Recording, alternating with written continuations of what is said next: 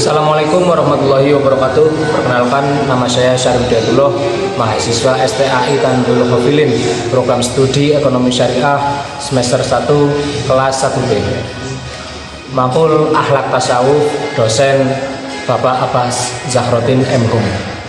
Ya, sini saya akan bercerita tentang apa itu Syiah dan berikut sejarah dan aliran-aliran yang akan saya jelaskan.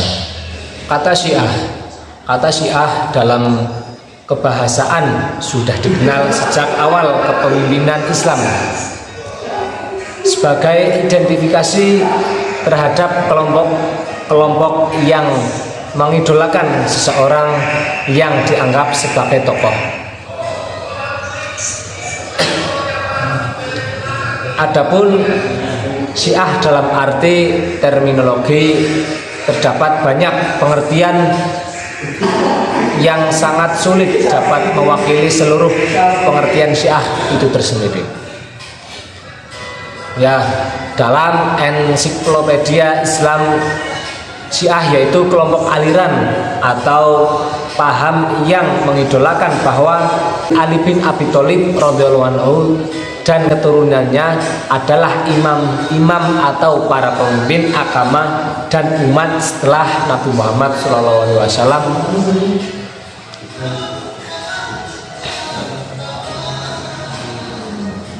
Yang selanjutnya, Muhammad Hussein At-Tabi'i dalam bukunya Syiah Islam memberikan pengertian bahwa Syiah adalah kaum muslimin yang menganggap penggantian Nabi Muhammad SAW adalah merupakan hak istimewa yang dimiliki oleh keluarga Nabi Muhammad, dan mereka yang dalam bidang pengetahuan dan kebudayaan Islam mengikuti Ahlul Bait Husain At-Tabi'i.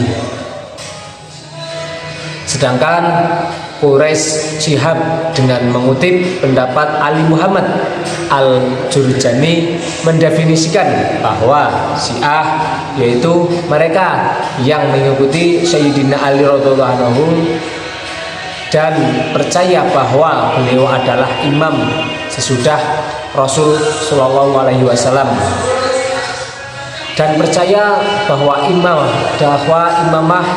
tidak keluar dari beliau dan keturunannya.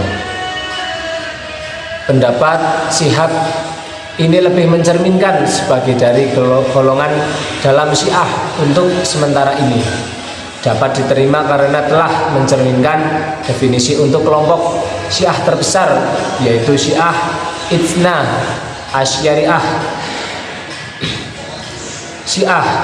Syiah adalah kenyataan sejarah umat Islam yang harus bergulir.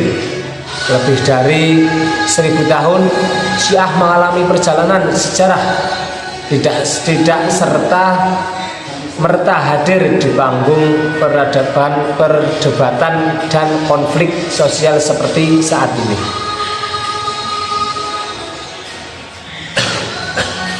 Sejarah munculnya Syiah. Di sini akan diterangkan sejarah munculnya Syiah. Sejarah munculnya Syiah, sepanjang sejarah itu konflik Syiah selalu ada dalam dimensi-dimensi waktu yang berbeda dengan skala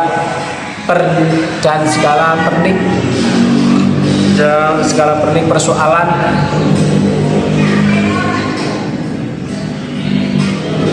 Sepanjang sejarah itu konflik Syiah selalu ada dalam dimensi-dimensi waktu yang berbeda dengan skala pernik persoalan. Kapan Syiah itu muncul juga mengalami pertentangan. Ada yang menilai bahwa Syiah sebenarnya adalah kelompok sempalan Islam buatan orang Yahudi. Abdullah bin Sabah sang Yahudi dituduh sengaja membentuk kelompok baru dalam Islam untuk memecah belah dan menghancurkan umat Islam. Dilihat dari data sejarah, jika yang dimaksud dengan Syiah adalah kelompok yang mendasarkan paham keagamaan pada Ali bin Abi Thalib dan keturunannya, Dilihat dari data sejarah, jika yang dimaksud dengan Syiah adalah kelompok yang mendasarkan paham keagamaan pada Ali bin Abi Thalib dan keturunannya Ahlul Bait, maka cikal bakal kemunculan kelompok Syiah sudah ada sejak awal kepemimpinan Islam pasca kerasulan Muhammad SAW. Kemunculan kelompok Syiah dipicu oleh perbedaan pandangan di kalangan para sahabat Nabi dengan Ahlul Bait, keluarganya Nabi sendiri, tentang siapa yang menggantikan kedudukan Nabi SAW setelah meninggalnya. Setelah terpilihnya Abu Bakar sebagai khalifah, muncul fakta ada sebagian dari umat Islam yang berpendapat bahwa sebenarnya Ali bin Abi Thalib lah yang berkehendak memegang tempuk impian Islam pada waktu itu. Kepercayaan ini berpangkal pada pandangan tentang kedudukan Ali dalam hubungannya dengan Nabi Muhammad SAW. Para sahabat dan kaum muslimin umumnya, kepercayaan ini berpangkal pada pandangan tentang kedudukan Ali dalam hubungan dengan Nabi Muhammad SAW, para sahabat dan kaum muslimin umumnya.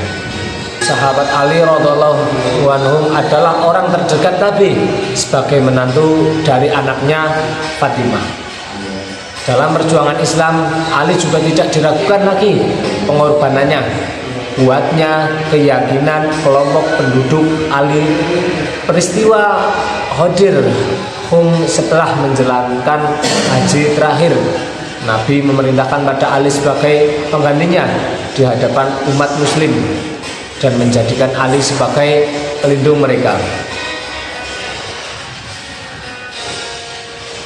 Akan tetapi yang terjadi tidak seperti yang diinginkan oleh sekelompok Syiah. Menurut kalangan Syiah, ketika Nabi Muhammad SAW wafat pada saat jasadnya terbaring belum dikuburkan, ada kelompok di luar Ahlul Bait berkumpul untuk memilih khalifah bagi kaum muslimin dengan alasan menjaga kesejahteraan umat dan memecahkan problem-problem sosial saat itu juga. Mereka melakukan itu tanpa berunding dengan Ahlul Bait. Jadi mereka berunding tanpa dengan keluarganya Nabi, berunding dengan Ahlul Bait yang sedang sibuk dengan acara pemakaman, sehingga Ali dan sahabat-sahabatnya dihadapkan kepada suatu keadaan yang sudah tidak mungkin diubah lagi.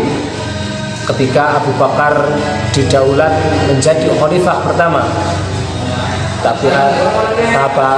tapi 1989. Aliran dalam Syiah menurut Syihab dengan mengutip pendapat Al-Baghdadi wafat 429 Hijriah, pengarang kitab Al-Farqu Baina Al-Firaq, membagi Syiah dalam 4 kelompok besar, yaitu Zaidiyah, Ismailiyah, Isna Asyariyah, Hulat, ekstremis. Munculnya berbagai macam kelombangan Syiah disebabkan oleh karena perbedaan prinsip keyakinan dalam hal pengertian imam, yaitu sudah Imam Al-Husain, imam ketiga, sudah Ali Zainal Abidin, imam keempat, dan sesudah Ja'far Shadiq, imam keenam, sahih pada 2007. Syiah adalah paham keagamaan yang menyadarkan pada pendapat Syiah, pada pendapat Sayyidina Ali, khalifah keempat dan keturunannya yang muncul sejak awal pemerintahan Khulafaur Rasyidin. Syiah berkembang menjadi puluhan aliran karena perbedaan paham dan perbedaan dalam mengangkat imam. Perkembangan Syiah di Indonesia melalui 4 tahap gelombang, yaitu yang pertama bersamaan dengan masuknya Islam di Indonesia. Lalu yang kedua, pasca revolusi Islam Iran. Yang ketiga, melalui intelektual Islam Indonesia yang belajar di Iran. Dan yang terakhir, yang keempat, tahap keterbukaan melalui pendidikan organisasi Ikatan Jamaah Ahlul Bait Indonesia. Mungkin dari saya cukup sekian. Tentunya banyak tutur kata yang tidak berkenan, saya mohon maaf seterus-terusnya. Billahi taufik wal hidayah. Wassalamualaikum warahmatullahi wabarakatuh.